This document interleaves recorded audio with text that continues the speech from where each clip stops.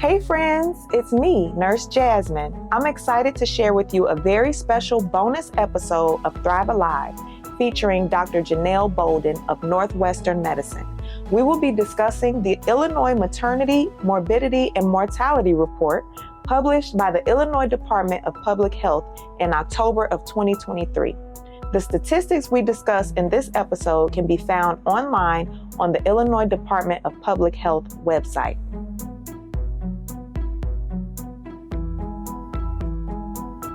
Good morning, Dr. Bolden. Thank you so much for joining me for this bonus conversation. I'm so excited to talk to you about maternal health, specifically Black maternal health. But before I dive into some questions for you, I would love to just learn a little bit more about you. Can you just tell me what your role is in the medical field? Sure. Thank you so much, Jasmine, for having me here today. I'm really excited to talk with you about a topic that's near and dear to my heart. My name is Dr. Janelle Bolden. I am a maternal fetal medicine physician at Northwestern Medicine. I also am an associate professor of obstetrics and gynecology and medical education here at the Feinberg School of Medicine at Northwestern. What all that really means is I take care of pregnant patients who have high risk conditions, and we can get into that in a minute. Or I also take care of patients who maybe want to get pregnant or who have questions about pregnancy, or maybe they themselves have an illness that they're worried about getting pregnant. And so I talk to a lot of patients about what that might mean if they do get pregnant. Awesome. Thank you so much for explaining that. So, a little personal question I have for you. How did you know you wanted to be a doctor? I'm especially curious to know what motivated you to finish your medical degree and specialize in obstetrics and gynecology. Sure. So I have always said I wanted to be a doctor since I was, who knows, 6 or 7 years old. But I really think I was copying off of my little sister, who's also a physician, who really knew she wanted to do medicine since she was a very, very small child. So I said, oh, well, if she wants to do it, this seems like a good idea. So maybe I'll do it as well. Obviously, as I got older and figured out what it really entailed, it's really about serving people, meeting people where they are, taking care of people.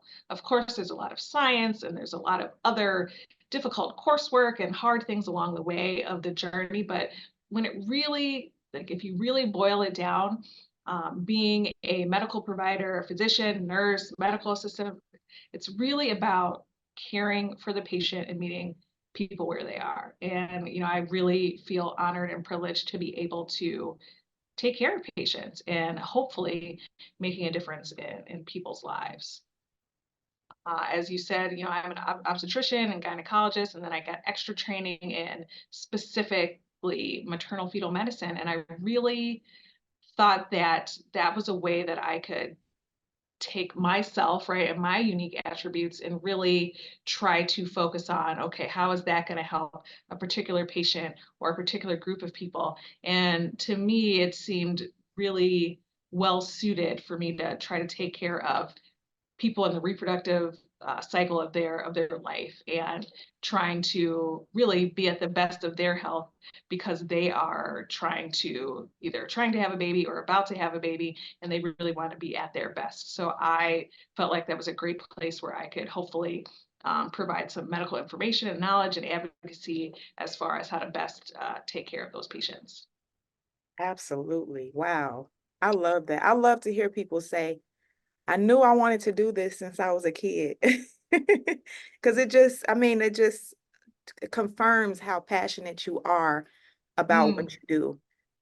So thank you for telling us, a little bit of personal information. So I'm gonna kind of dive in. I sure. just wanted to talk about a statistic really quick before I ask you this Hmm. next question.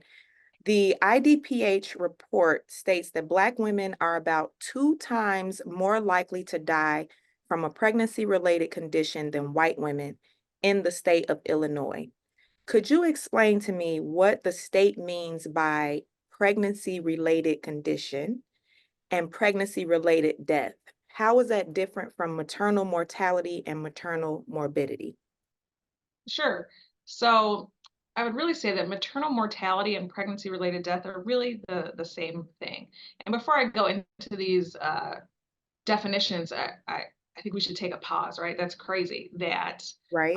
the rates of pregnancy-related death, maternal mortality, maternal morbidity are so elevated in this great country of the United States and even here in Illinois. And so it's something that we can easily say and rattle off numbers, but this is some significant, serious stuff that we have got to figure out how we can address this. So I'm glad that this IDPH report is out. I mean, obviously we've been talking about um, maternal mortality and morbidity for years now, and it certainly seems to be more coming to the forefront in recent years.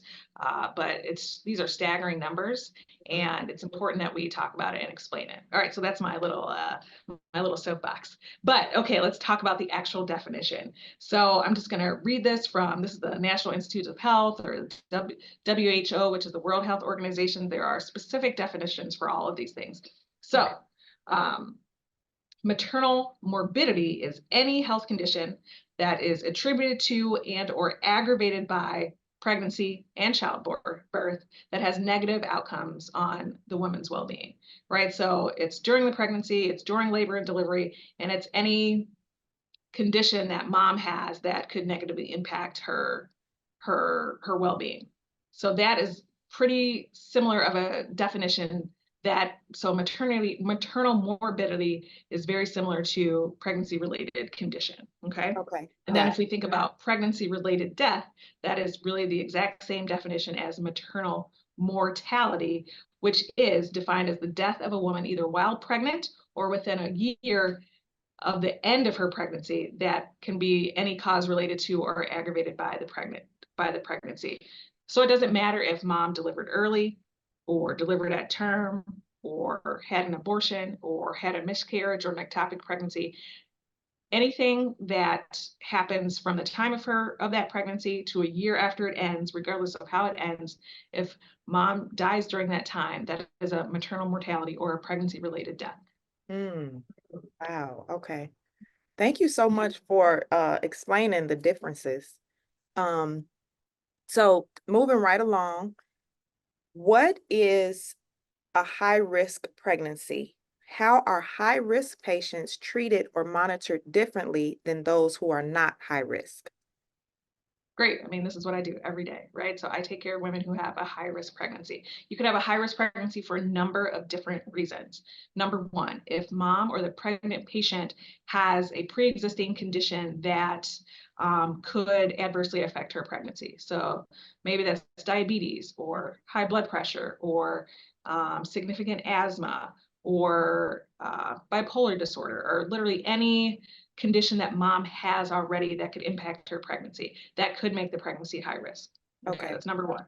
Number two, if something happens during the pregnancy that could make mom high risk. So preeclampsia, I think, is maybe the number one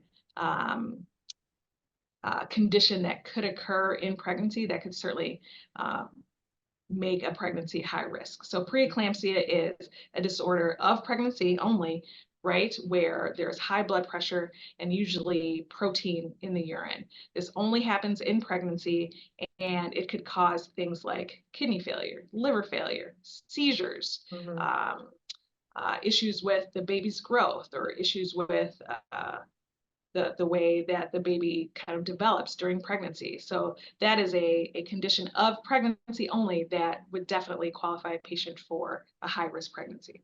Okay. And the last thing that could make a pregnancy high risk is if there's something going on with the fetus or the baby itself. So if there's a structural issue with the heart or the brain, or maybe there's twins or triplets. So we call that a multiple gestation. Or maybe there's an issue with the way the baby is growing too small or too big. Those are all reasons why a pregnancy could be high risk.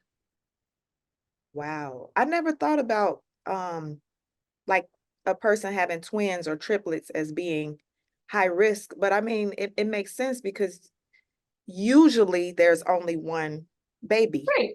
Right, usually. right. And if you think about all the things that could happen during a pregnancy, just by having twins, your Mhm. risk of diabetes, preeclampsia, anemia, postpartum depression, need for C-section, all of those increase just if you have more than one baby in there. Wow. Interesting. Okay. Thank you so much. This is good. Okay. One of the things that the IDPH identified as being a contributing factor to pregnancy-related deaths is discrimination.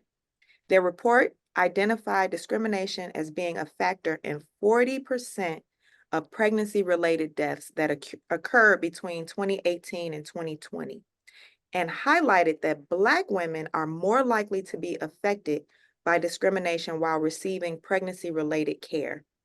What do you think should change about the way doctors are educated to decrease the prevalence of discrimination and preventable maternal deaths? Okay, so let's just call it what it is. It's racism, Mm-hmm. right? Mm-hmm. So yes, we can say discrimination, bias, preconceived notions, but it is what it is. It is what it is. This is structural racism that is from the top down, and that is what is contributing to a great deal of the disparity here. But I'm so glad you asked about what can be done from a training perspective, right? Because it's one thing for it to be structural, but people have to enact things for this to continue to be perpetuated. So it has to start with awareness, right? Right. And people really buying into the idea that, oh, wow, this really is racism. And Mhm. that's a hard thing, right? We can talk about the data, and the data is what the data is. It's right there in black and white. Right. But I feel really strongly about this, as you can tell, we have to somehow get to like people individually to say, listen, it's not a knock on you personally. Mm-hmm. However, the way that we have been taught, the way that we have been trained, the way that the world is, these are just facts. Is that, we have been, and not just you, but all of us, we have been treating people differently. So Mm-hmm. we have to really think about, okay, how can we change the education system as far as medical training is, um, really from the top down.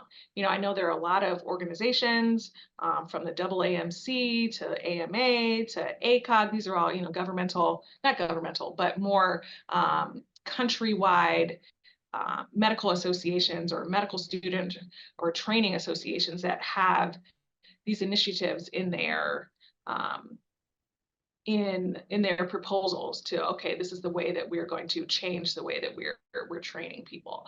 So it has to be something where people are willing to own up and take accountability, and then really willing to embody what the data suggests, is that these one-on-one encounters and patient interactions that we have, you really have to think about, okay, how could I readdress, show my compassion, treat every patient as a human being, and not just as a number or a statistic? How can I really do this with every single patient I see, all the time? So it has to be in the forefront of our minds, Mm-hmm. all the time, not just these numbers about kidney function or data and things like that. Like, this has to be just as important as all the scientific information that we learn as well.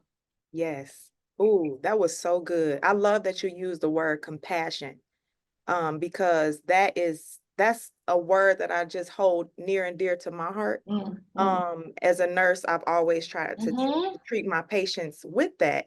And with Right. treating people with compassion, you have to like kind of remove yourself completely from the Mm-hmm. situation and put yourself in your patient's situation. And it's just really important, like you said, that it comes from the top down as far as people coming up, young doctors, young nurses coming up Yes. and just getting Yes. started. That needs to be just as important as learning Mm-hmm. what a CMP is, what a certain Mm-hmm. lab value means. Like, it needs to be just that important. Um, Dr. Bolden, you mentioned before how important it is to treat your patients like they are people versus a number or a case number. Can you talk to us a little bit about the history of medicine and where that whole idea came from?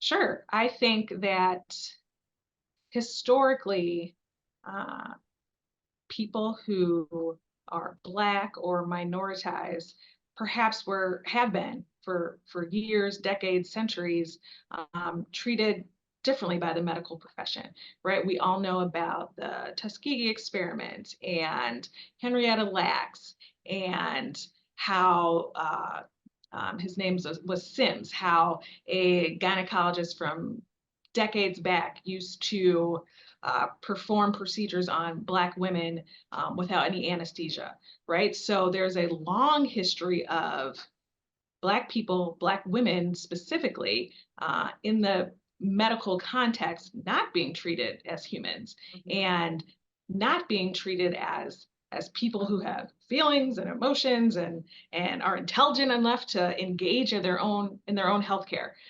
So that is something that has also been, whether it's been explicit or implicit, has also been kind of ingrained in medical training. There have been thoughts that Black people feel pain differently or have thicker skin, or all the misinformation about Black people, minorities in general, right?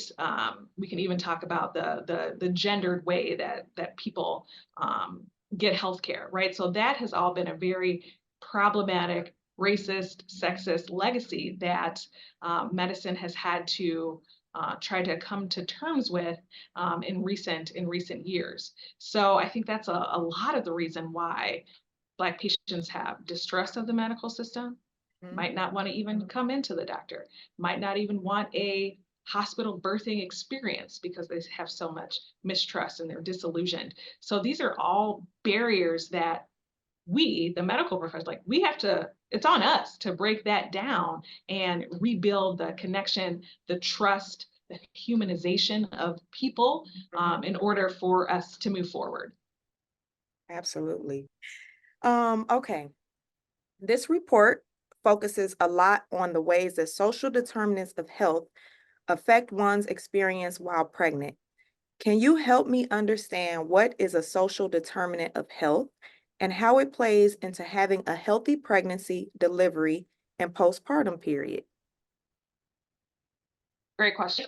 I think we've always known about social determinants of health, but now we have the language to talk about it a little bit differently, which I think is helpful. It's helpful for research and gathering data, but it's also helpful for screening patients as well. So social determinants of health are conditions in the environment where people are born, live, learn, work, play, worship, and age that affect a wide range of health functioning and quality of life and outcomes. So from a broad-based perspective, these can be grouped into 5 different domains. So economic stability, right? Your finances, education, access. So access to education and quality of education, right? What's the point of me going to school if my school isn't up to snuff, as it isn't teaching me the right things? Right. Healthcare access and quality. So same thing. You want the access to the healthcare, but it has to be of high quality. Number 4 would be your neighborhood and your built environment. Where do you get up every day? Where's your house? Are there green spaces? Is it safe? Things like that. And then your social and community context. Do you have people around you who you trust? Is there a church down the street, right? Is there a meeting place where people gather? So there's many more underneath these 5 domains, but these are, I think, the broad categories. You could put into this things like air pollution. Is your water safe to drink? Do you have a grocery store near you that you can walk to or get to easily? And I think, do you have access to safe transportation? Is there a bus route that's close to where you live? Do you have a house or an apartment? Are you housing insecure, right? So these are all questions that we can ask patients. These are all ways that we can screen to see if, okay, is there one particular social determinant of health that someone is lacking in? And okay, how can we step in and help said patient? So I think from a common sense perspective, I think it makes sense, right? If Mhm. someone is food insecure, housing insecure, hasn't had great access to education, then in my mind, it would make sense where maybe their pregnancy outcome isn't going to be as great as someone else's who doesn't have any issues with their social determinants of health. Right, Um, right. but I think up until recently, maybe doctors or healthcare providers haven't had too much input or haven't had a lot to say about, okay, like what can we actually do to change these social determinants of health? But now I think as we are being more collaborative and multidisciplinary with other parts of the healthcare team, we can team up and say, hey, I have this social worker who can help you with XYZ. I have this financial counselor who is going to make sure your insurance is right and make sure that your Medicaid application is up to date. So you can always come in and see us. It's not going to be an issue. So just I think a better organized way of screening patients for this and being able to help when we see a deficit. Mm. So relying on the healthcare team and Team is the not key. just, not just your doctor, not just your social worker, but everyone working as a team collectively to make sure Got to, got to. mom gets what she needs. Right, right. I think it'd be a lot to ask to just put it on one specific aspect of the healthcare team. We all have to work together. There's so much that can fall through the cracks or is quite honestly is broken right now. So we Mhm. have to be able to communicate with one another. We have to be able to work together. Uh, but if we don't have the trust of the patient, none of this really matters if they don't feel comfortable talking to us about whatever Right. the issue is that's going on. So that's where that compassion piece comes back in. Um, Actually seeing patients as humans and Mhm. not numbers or Mhm. cases. Like it all kind of comes back to, do I really think that this patient in front of me is a person deserving and worthy of the best healthcare? And if we Mm. don't have that, then we're more broken than I thought. Right, right, Right. right. Wow. Ooh, okay. Um, I'm gonna move on to my next question. Um, do you have experience supporting mothers through traumatic events like intimate partner violence, substance abuse, housing insecurity, etc.? We kind of talked about housing Right. insecurity. Right. But yeah, like, have you ever had an experience where you had to support a mother through something, very traumatic? Hmm. What was that like for you? I mean, I absolutely have because life, like, whether someone is pregnant or not, life goes on and life is gonna life. So I've certainly had patients who have experienced IPV, have experienced uh, homelessness during the pregnancy, or have mental abuse or mental use disorders Mhm. or drug use disorders. Excuse me, I said that incorrectly. And number one, again, you have to be able to build rapport and have trust within that patient. And sometimes my job is to make sure a patient is safe, right, and secure and has all the things that she needs. Some to sit there and hold her hand or give her a hug or just sit there and hold space as she tells me like what is going on. And sometimes I can't do anything, but Right. I think to be there with someone, walking with them through a particular issue or concern is sometimes the best thing that someone can do. Mm-hmm. Mm-hmm. I've heard there's this saying like sometimes you don't have to always say something if someone presents Mm-hmm. a problem to you. Sometimes it's just good to just be there, even if you're Right. silent. Just be there and Right. know that, that person knows that they have someone in their space with them. Yes, absolutely, absolutely. Mm. And to be quite honest, some of these high risk pregnancies, I I can't fix a lot Mhm. of things. Again, I can walk with you. I can uh, try my best to support and comfort and say this is what we're going to do when baby's born, or these are some options we have. But a lot of it is just being there Yeah, and being a support. yeah, absolutely. As a doctor, how do you empower your patients to advocate for themselves What suggestions can you give to partners or other family members who are helping to support pregnant and postpartum patients? This is a great question. Uh, I'm reminded of just that saying, it takes a village, right? Mm, So, number one, yes. if there is someone who can accompany or go with mom to the visit, that would be fantastic. We know it's not always possible, which is completely fine. But if there's a partner, a significant other, a friend, a sister, someone who could come and be with the patient at the visit, that's great, because I think there's strength in numbers. And sometimes mom will tell me something and then the partner will be like, nah, you know that is not actually what's really happening. Tell her what's really wrong. Right. And so there's that. And even if somebody can't come in person, get them on the phone. Mm, Right. We are happy to FaceTime with somebody or just have them on speakerphone, just so there's more than one person who's hearing the information. Don't be afraid to ask questions. I think sometimes people are either embarrassed or nervous or worried that it'll come across maybe in a weird way, but forget all of that. You are there at the doctor's office for a specific reason. Write down your questions before you come and please ask them. And say you're by yourself and maybe you don't feel super comfortable. Maybe the nurse who's with you or who roomed you, you maybe have a little connection. So maybe talk to her a little bit. Maybe the MA, maybe the girl up front at the desk.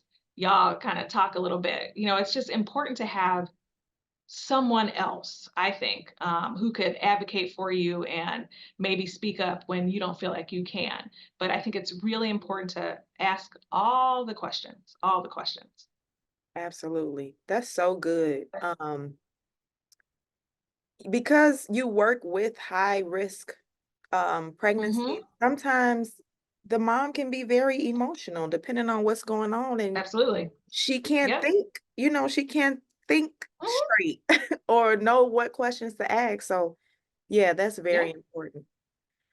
Well, thank you so much, Dr. Bolden. You have provided such great insight.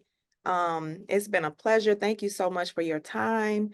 And we are so excited to show the people what you do and what you've shared with us. And Thank yeah, this was you. great. It's been a pleasure. I'd love to come back anytime, chat some more. But yeah, I really appreciate being able to discuss Black maternal health with you guys today.